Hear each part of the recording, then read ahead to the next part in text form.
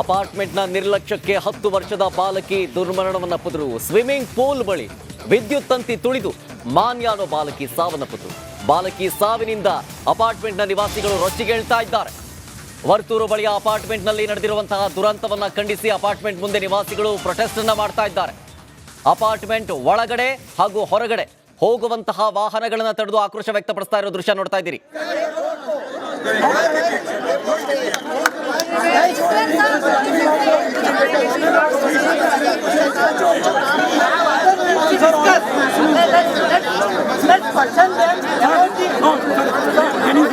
Just one point. And just take one point. One point. Sir, we have elected HOA. Our question is not to APL. Our question, all the questions are to HOA. Yes, HOA should be getting all the answers for us. If they don't have answers, they should ensure that they get all the... Where is Devash? You should need him here. ದೃಶ್ಯದಲ್ಲಿ ಗಮನಿಸ್ತಾ ಇದ್ದೀವಿ, ಅಪಾರ್ಟ್ಮೆಂಟ್ನ ನಿವಾಸಿಗಳು ರೊಚ್ಚಿಗೆದ್ದು ಪ್ರಶ್ನೆ ಮೇಲೆ ಪ್ರಶ್ನೆ ಆಗ್ತಾ ಇದ್ರು. ಇದು ಇವತ್ತಿನ ಸಮಸ್ಯೆ ಅಲ್ಲ, ಹಲವು ದಿನಗಳಿಂದಲೂ ಕೂಡ ಇದೇ ರೀತಿಯ ಸಮಸ್ಯೆ ಇತ್ತು. ಇವಾಗ ಬಾಲಕಿ ಸಾವಾಯ್ತಲ್ಲ, ಇದಾದ್ಮೇಲೆ ಈ ಒಂದು ಪ್ರಕರಣ ಗಂಭೀರವಾಗಿ ಪರಿಗಣಿಸಲಾಗ್ತಾ ಇದೆ. ಇದನ್ನ ಮುಂದೆ ಸರಿಯಾಗಿ ನಿರ್ವಹಣೆ ಮಾಡಿದ್ರೆ ಇಂಥ ಅವಘಡಗಳು ನಡೀತಾ ಇರಲಿಲ್ಲ. ಮೇಲಿಂದ ಮೇಲೆ ಕಂಪ್ಲೇಂಟ್ ಅನ್ನ ಕೊಡಲಾಯಿತು, ಆದ್ರೂ ಕೂಡ ಅಪಾರ್ಟ್ಮೆಂಟ್ ನಿರ್ವಹಣೆ ಮಾಡೋರ ಮೇಲೆ ಯಾಕೆ ಕ್ರಮ ಇಲ್ಲ ಅನ್ನೋ ಪ್ರಶ್ನೆ ಅಲ್ಲಿನ ನಿವಾಸಿಗಳು. ಜೊತೆಗೆ ಪೊಲೀಸರು ಕ್ರಮವನ್ನ ತೆಗೆದುಕೊಳ್ಬೇಕು ಅಂತ ಹೇಳಿ ಅಲ್ಲಿನ ನಿವಾಸಿಗಳು ಪಟ್ಟು ಹಿಡಿದು ಕೂತಿದ್ದಾರೆ. ಜೊತೆಗೆ ಈಗಾಗಿರುವ ಬಾಲಕಿ ಸಾವಿಗೆ ಹೊಣೆ ಯಾರು? ವಿದ್ಯುತ್ ತಂತಿಯನ್ನ ತುಳಿದು ಬಾಲಕಿ ಸಾವನ್ನಪ್ಪಿರೋ ಪ್ರಕರಣ ವಿಚಾರಕ್ಕೆ ಸಂಬಂಧಪಟ್ಟಂತೆ ಅಪಾರ್ಟ್ಮೆಂಟ್ನ ನಿವಾಸಿಗಳು ರೊಚ್ಚಿಗೇಳ್ತಾ ಇದ್ದಾರೆ. ಅಪಾರ್ಟ್ಮೆಂಟ್ನ ಒಳಗಡೆ ಹಾಗೂ ಹೊರಗಡೆ ಯಾವುದೇ ವಾಹನಗಳನ್ನ ಬಿಡ್ತಾ ಇಲ್ಲ. ವಾಹನಗಳನ್ನ ಅಡ್ಡಗಟ್ಟಿ ಆಕ್ರೋಶವನ್ನ ಹೊರ ಹಾಕ್ತಾ ಇದ್ದಾರೆ. ನಿರ್ವಹಣೆ ಮಾಡುವವರ ವಿರುದ್ಧ ಯಾಕೆ ಕ್ರಮ ಇಲ್ಲ ಅನ್ನೋ ಪ್ರಶ್ನೆ ಅವರದು.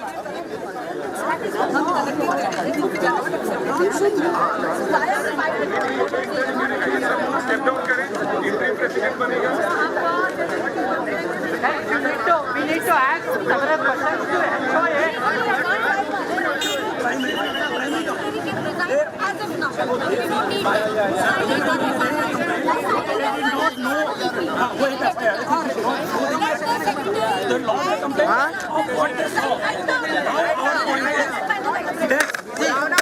What happened? Let me write. we have security lapses which has happened.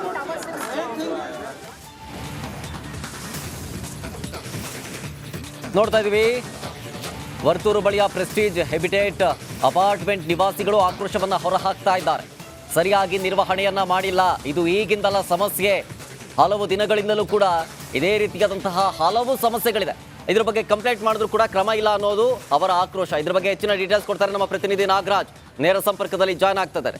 Nagaraj, apartment ನಿವಾಸಿಗಳು ರೊಚ್ಚಿಗೇಳ್ತಾ ಇದ್ದಾರೆ. ಕಂಪ್ಲೇಂಟ್ ಮೇಲೆ ಕಂಪ್ಲೇಂಟ್ ಈ ಹಿಂದೆಯೂ ಕೂಡ ಕೊಟ್ಟರು, ಯಾವುದೇ ಕ್ರಮವನ್ನ ತೆಗೆದುಕೊಂಡಿಲ್ಲ.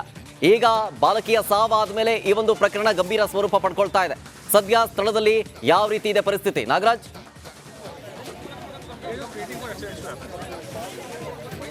ಖಂಡಿತವಾಗ್ಲೂ ಶರತ್, ಏನು ನೆನ್ನೆ ಸಂಜೆ 7:15 ಮಾನ್ಯನೋ 10 ವರ್ಷದ ಬಾಲಕಿ ಮೃತಪಡ್ತಾಳೆ. ಆದರೆ ಇದುವರೆಗೂ ಈ ಒಂದು ಮೇಂಟೆನೆನ್ಸ್ಗೆ ಸಂಬಂಧಿಸಿದಂತೆ ಆಡಳಿತ ಸಿಬ್ಬಂದಿಯಿಂದ ಒಬ್ಬರು ರೆಸ್ಪಾನ್ಸ್ ಆಗಿಲ್ಲ. ಹೀಗಾಗಿ ಅಪಾರ್ಟ್ಮೆಂಟ್ ನಿವಾಸಿಗಳು ಸಾಕಷ್ಟು ಆಕ್ರೋಶವನ್ನು ವ್ಯಕ್ತಪಡಿಸ್ತಾ ಇರ್ತಕ್ಕಂಥದ್ದು ಮತ್ತೆ ಪ್ರತಿಭಟನೆಯನ್ನು ಮಾಡ್ತಾ ಇರ್ತಕ್ಕಂಥದ್ದು ನೀವು ದೃಶ್ಯಾವಳಿಗಳಲ್ಲಿ ನೋಡ್ತಾ ಇರ್ಬೋದು. ಅಸೋಸಿಯೇಷನ್ ಅಧ್ಯಕ್ಷರನ್ನು ಸಹ ತರಾಟೆಗೆ ತೆಗೆದುಕೊಂಡಿರ್ತಕ್ಕಂಥದ್ದು ಅಪಾರ್ಟ್ಮೆಂಟ್ ಸಿಬ್ಬಂದಿಗಳು. ಇಲ್ಲಿ ಯಾವುದೇ ರೀತಿಯ ಏನು ಒಂದು ಕ್ರಮ ಆಗ್ತಾ ಇಲ್ಲ, ಕೇವಲ ಬಾಯಿ ಮಾತಿಗೆ ಅಷ್ಟೇ ಹೇಳ್ತಾ ಇದ್ದಾರೆ ಅಂತೇಳಿ ಅಸೋಸಿಯೇಷನ್ ಪ್ರೆಸಿಡೆಂಟ್ ಅನ್ನ ಮಾತಾಡಿಸುವ ಒಂದು ಪ್ರಯತ್ನವನ್ನು ಮಾಡೋಣ. ಸರ್, ಏನಾಗ್ತಾ ಇದೆ ಸರ್?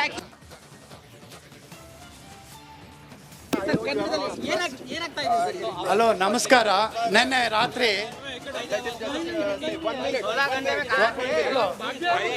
ರಾತ್ರಿ ಸುಮಾರು 8 ಗಂಟೆ ಸಮಯದಲ್ಲಿ ಸ್ವಿಮ್ಮಿಂಗ್ ಪೂಲ್ ಹತ್ರ ಎಲೆಕ್ಟ್ರಿಕ್ ಶಾಕ್ ಆಗಿ ಒಂದು ಮಗು ತೀರೋಗಿದೆ. ಅದರ ಪರಿಣಾಮವಾಗಿ ಪ್ರೆಸ್ಟೀಜ್ ಪ್ರಾಪರ್ಟಿ ಮ್ಯಾನೇಜ್ಮೆಂಟ್ ಅವರು ಇರ್ರೆಸ್ಪಾನ್ಸಿಬಿಲಿಟಿ, ಅಸೋಸಿಯೇಷನ್ ಅವರು ಇರ್ರೆಸ್ಪಾನ್ಸಿಬಿಲಿಟಿ ಅಂತ ನಮ್ಮ ಜನ PLH ರೆಸಿಡೆಂಟ್ಸ್ ಮಾತಾಡ್ತಾ ಇದ್ದಾರೆ. ಅದ್ರ ಬಗ್ಗೆ ಏನು ಮಾಡಬೇಕು ಅಂತ ನಾವು ಮುಂದಿನ ಕ್ರಮ ತೆಗೆದುಕೊಳ್ಳೋದಕ್ಕೆ ಇಲ್ಲಿ ಸೇರಿದ್ದೀರಿ. ಮಗು ಡೆತ್ ಆಗಿದೆ, ಇನ್ಯಾವ ಕ್ರಮ ತೆಗೆದುಕೊಳ್ಳೋದು? ಒಂದು ಮಗು ಡೆತ್ ಆಗಿದೆ, ಯಾವ ಕ್ರಮ ತಗೊಳುತ್ತೆ? ಅದಕ್ಕೆ police station complaint already lodge ಮಾಡಿದ್ದಾರೆ. ಸೊ ಪ್ರೆಸ್ಟೀಜ್ ಮ್ಯಾನೇಜ್ಮೆಂಟ್ ಕರೆದಿದ್ದಾರೆ, ಅವ್ರು ಬರ್ತಾ ಇದ್ದಾರೆ. ಈಗ ಅವ್ರು ಬಂದು ಅವರು ಆನ್ಸರ್ ಕೊಡ್ತಾ ಇದ್ದಾರೆ. ನಿನ್ನೆ ಸಂಜೆ 7:30 ಮಗು ಡೆತ್ ಆಗುತ್ತೆ, 8 ಗಂಟೆಗೆ ಮಗು ಡೆತ್ ಆಗುತ್ತೆ, ಈಗ 11 ಗಂಟೆ ಆಗ್ತಾ ಬರ್ತಾ ಇದೆ, ಒಂದು ಮಗು ಡೆತ್ ಆಗಿದೆ, ಇದುವರೆಗೂ ಬರ್ತಾ ಇದ್ದಾರೆ ಅಂತಂದ್ರೆ what's going already There is no recording. There is no.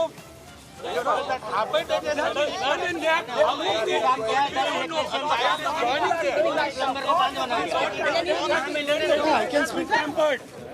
Evidence been tampered. No, we don't know. We don't have any recording. We have no CCTV footages. Why? Right, you have a society, you are managing a society and there is no recording of, no monitoring of your area. apartment, there is no CCTV. There is no CCTV. You have an amenity and you have no monitoring of that amenity. How is it possible? How are you managing a society without having all this basic monitoring in place? How is it possible? ಕೇಳಿದ್ರಲ್ಲ ಶರತ್, ಇದು ಇಲ್ಲಿಯ ನಿವಾಸಿಗಳ ಆಕ್ರೋಶ. ನೆನ್ನೆ 8 ಗಂಟೆ 7:30 ಸಮಯಕ್ಕೆ ಮಗು death ಆಗುತ್ತೆ, ಇದುವರೆಗೂ ಒಬ್ರು ಕೂಡ ಮ್ಯಾನೇಜ್ಮೆಂಟ್ಗೆ ಸಂಬಂಧಿಸಿದಂತೆ ಇಲ್ಲಿಗೆ ಬಂದಿಲ್ಲ, ಒಂದು ರೆಸ್ಪಾನ್ಸ್ ಕೂಡ ಆಗಿಲ್ಲ. ಮತ್ತೊಂದು ಹೊಸ ಆರೋಪವನ್ನ ಇಲ್ಲಿ ಮಾಡ್ತಾ ಇದ್ದಾರೆ, ಏನು ಎವಿಡೆನ್ಸ್ ಟ್ಯಾಂಪರಿಂಗ್ ಆಗ್ತಾ ಇದೆ, ಸಿಸಿಟಿವಿ ಸಿಗ್ತಾ ಇಲ್ಲ ಅನ್ನೋ ಆರೋಪವನ್ನ ಮಾಡ್ತಾ ಇರ್ತಕ್ಕಂಥದ್ದು. ಒಟ್ಟಾರೆಯಾಗಿ ಇಷ್ಟು ದೊಡ್ಡ ಮತ್ತೆ ಪ್ರತಿಷ್ಠಿತ ಅಪಾರ್ಟ್ಮೆಂಟ್ ನಲ್ಲಿ ಸಿಸಿಟಿವಿ ಇಲ್ಲ ಅಂತಂದ್ರೆ ನಿಜಕ್ಕೂ ಶೇಮ್. ಯಾಕೆ ಇಷ್ಟು ಸಾವಿರಾರು ಜನ ವಾಸ ಮಾಡೋ ಕಡೆ ಸಿಸಿಟಿವಿ ಇಲ್ಲ ಅಂತಂದ್ರೆ ಏನಾಗ್ತಾ ಇದೆ ಈ ಅಪಾರ್ಟ್ಮೆಂಟ್?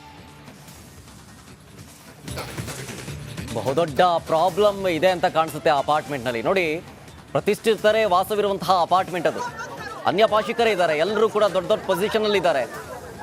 ಇಂಥ ದೊಡ್ಡ ಅಪಾರ್ಟ್ಮೆಂಟ್ನಲ್ಲಿ ಒಂದು CCTV ಕ್ಯಾಮ್ರಾ ಇಲ್ಲ ಅನ್ನುವಂಥ ಆರೋಪ ಅಲ್ಲಿನ ನಿವಾಸಿಗಳದ್ದು. ಯಾಕಿಲ್ಲ? ಇಷ್ಟೊಂದು ದೊಡ್ಡ ಇಮ್ಯುನಿಟೀಸ್ಗಳಿದ್ದಾವೆ, ದೊಡ್ಡ ದೊಡ್ಡ ಅಪಾರ್ಟ್ಮೆಂಟು.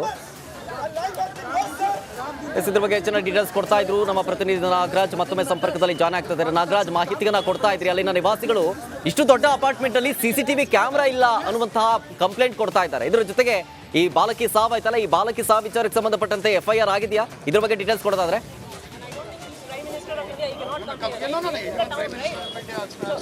ಶರತ್, ಸದ್ಯಕ್ಕೆ ನಮಗೆ ಆಕ್ಸೆಸ್ ಇರ್ತಕ್ಕಂಥ ಸೋರ್ಸಸ್ ಮುಖಾಂತರ ಹೇಳ್ತಾ ಇರೋದು ಏನಂತಂದ್ರೆ, ಇದುವರೆಗೂ ಏನು ಆ ಬಾಲಕಿ ಡೆತ್ ಬಗ್ಗೆ ಈಗಾಗಲೇ FIR ದಾಖಲಾಗಿದೆ, ಜೊತೆಗೆ ಏನು ಪೋಸ್ಟ್ ಮಾರ್ಟಮ್ಗೆ ಬಾಡಿಯನ್ನ ಕಳಿಸ್ಕೊಡ್ಲಾಗಿದೆ. ಕಾಸ್ ಆಫ್ ಡೆತ್ ಇನ್ನಷ್ಟೇ ಗೊತ್ತಾಗಬೇಕು ಅಂತೇಳಿ DCP ವೈಟ್ ಫೀಲ್ಡ್ ವಿಭಾಗದ DCP ಅವರು ಮಾಹಿತಿಯನ್ನು ನೀಡಿರ್ತಕ್ಕಂಥದ್ದು.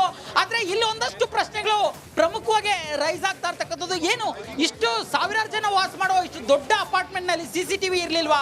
ಇದ್ರೂ ಯಾಕೆ ಆ ಒಂದು ಫೋಟೇಜ್ ಅನ್ನ ಡಿಲೀಟ್ ಮಾಡಲಾಗಿದೆ? ಇದನ್ನ ಕೇಳಿದ್ರೆ sir, there is no CCTV here.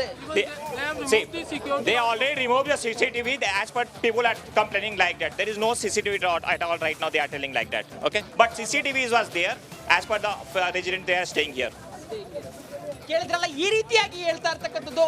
ಇಲ್ಲಿ ಇನ್ನು ಏನು ಅಪಾರ್ಟ್ಮೆಂಟ್ ನ ಸಿಬ್ಬಂದಿಗಳು ಬರ್ತಾರೆ, ಈ ಒಂದು ಮ್ಯಾನೇಜ್ಮೆಂಟ್ ಗೆ ಸಂಬಂಧಿಸಿದಂತೆ ಒಂದಷ್ಟು ಜನ ಇಲ್ಲಿಗೆ ಬರ್ತಾರೆ, ಅವರು ಉತ್ತರವನ್ನ ಕೊಡ್ತಾರೆ ಹೇಳ್ತಾ ಇದ್ದಾರೆ. ಸರ್, ಎಷ್ಟೊತ್ತಿಗೆ ಬರ್ಬೋದು ಸರ್ ಮ್ಯಾನೇಜ್ಮೆಂಟ್ ಅವರು ಇಲ್ಲಿಗೆ ಅಂತ? ಸರ್, ಅಸೋಸಿಯೇಷನ್ ಟೀಮ್ ಅವ್ರು ಮಾತಾಡ್ತಾ ಇದ್ದಾರೆ. ನಾನು ಇಲ್ಲಿ ಒಬ್ಬ ರೆಸಿಡೆನ್ಸ್ ಒಬ್ಬರೇ, ನಾವು ಅವ್ರು ವೆಯ್ಟ್ ಮಾಡ್ತಾ ಇದ್ದೀರಿ. ಇನ್ನು 15-20 ನಿಮಿಷದಲ್ಲಿ ಬರ್ಬೋದು ಅನ್ಕೊಳ್ತಾ ಇದ್ದೀನಿ. ಇನ್ನೊಂದು 10 ನಿಮಿಷದಲ್ಲಿ ನಿಮ್ಗೆ ಮಾಹಿತಿ ಕರೆಕ್ಟಾಗಿ ಕೊಡ್ತೀನಿ. ಸರಿ ಅನಿಸ್ತಾ ಇದೆ, ಯಾಕಂತಂದ್ರೆ ಒಂದು ಸಾವಾಗಿದೆ, ಇನ್ನು ಒಂದು ರಾತ್ರಿ ಪೂರ್ತಿ ಕಳೆದಿದೆ, ಇಷ್ಟೊತ್ತಾಗಿದೆ, ಇಷ್ಟೊಂದು ಸಾವಿರಾರು ಜನ ವಾಸ ಮಾಡೋ ಜಾಗ, ಇನ್ನು ಬರ್ತಾ ಇದ್ದಾರೆ, ಮಾತಾಡ್ತಾರೆ. ಇಸ್ ಇಸ್ ಗುಡ್ ಸರ್, ಅದು ಸರಿಯಲ್ಲ ಅಂದ್ಬಿಟ್ಟೆ ನಾವೆಲ್ಲ ಇಲ್ಲಿರೋದು. ಇದು ಸರಿ ಇಲ್ಲ ಅಂದ್ಬಿಟ್ಟೆ ಜನ ಎಲ್ಲ ಇಲ್ಲಿ ಸೇರಿರೋದು. ಅವ್ರು ಬಂದ ತಕ್ಷಣ ಕೊಡ್ತಾರೆ. ಅವರು ಮ್ಯಾನೇಜ್ಮೆಂಟ್ ಅವರು, ಅಸೋಸಿಯೇಷನ್ ಅವ್ರ ಡಿಸಿಷನ್ಗೋಸ್ಕರ ನಾವು ಕಾಯ್ತಾ ಇದ್ದೀವಿ. ಅವ್ರು ಬಂದ ತಕ್ಷಣ ಕೊಡ್ತಾರೆ ಡಿಸಿಷನ್. ಶರತ್, ಇನ್ನ 15 ನಿಮಿಷದಲ್ಲಿ ಬರ್ತಾರೆ ಅಂತೇಳಿ ಇಲ್ಲಿ ವಾಸಿಗಳು ಹೇಳ್ತಾ ಇರ್ತಕ್ಕಂಥದ್ದು. ಆದ್ರೆ ಬರ್ತಾರೆ ಇಲ್ಲ ಕಾದ್ ನೋಡೋಣ. ಮತ್ತೆ ಇನ್ನೊಬ್ರು ಸಿಕ್ಕಿದ್ದಾರೆ, ಇವ್ರು ಹೇಳ್ತಾ ಇದ್ದಾರೆ 3 ತಿಂಗಳಿಂದ ನಾನು ಸರ್ ಕಂಪ್ಲೇಂಟ್ ಮಾಡಿದ್ದೆ ಅಂತೇಳಿ ಅವ್ರೇನ್ ಹೇಳ್ತಾರೆ. So my daughter is 15 months old. We just shifted to Prestige. Shifted, and after 15 days this has happened. She was in the play area. She went to pick up her ball and she got an electric shock from the footlight. She's a toddler, she can't speak. When the nanny went to pick her up because she was crying, she got the shock. We rushed to the hospital. We have raised the complaint to PPMS. Why they were not proactive? Why not going to any police stations regarding this? That's what I said. I did not know the process. If I knew, I would have done this before. I did not have clarity. I shifted here from Kormangla. Shifted for my daughter to get amenities and got this. ಕೇಳಿದ್ರಲ್ಲ ಶರತ್, ಇದು 3 ತಿಂಗಳಿಂದ ಸಹ 15 ತಿಂಗಳ ಬಾಲಕಿಗೆ ಆಟ ಆಡ್ತಾ ಇರ್ಬೇಕಾದ್ರೆ electric shock ಆಗಿತ್ತು. ನಾನು ಈ ಬಗ್ಗೆ ಅಸೋಸಿಯೇಷನ್ ಇರ್ಬೋದು ಮತ್ತೆ ಇಲ್ಲಿಯ ಮೇಂಟೆನೆನ್ಸ್ ಮಾಡುವಂತಹ ಮ್ಯಾನೇಜ್ಮೆಂಟ್ಗೆ ದೂರನ ನೀಡಿದ್ದೆ. ಬಟ್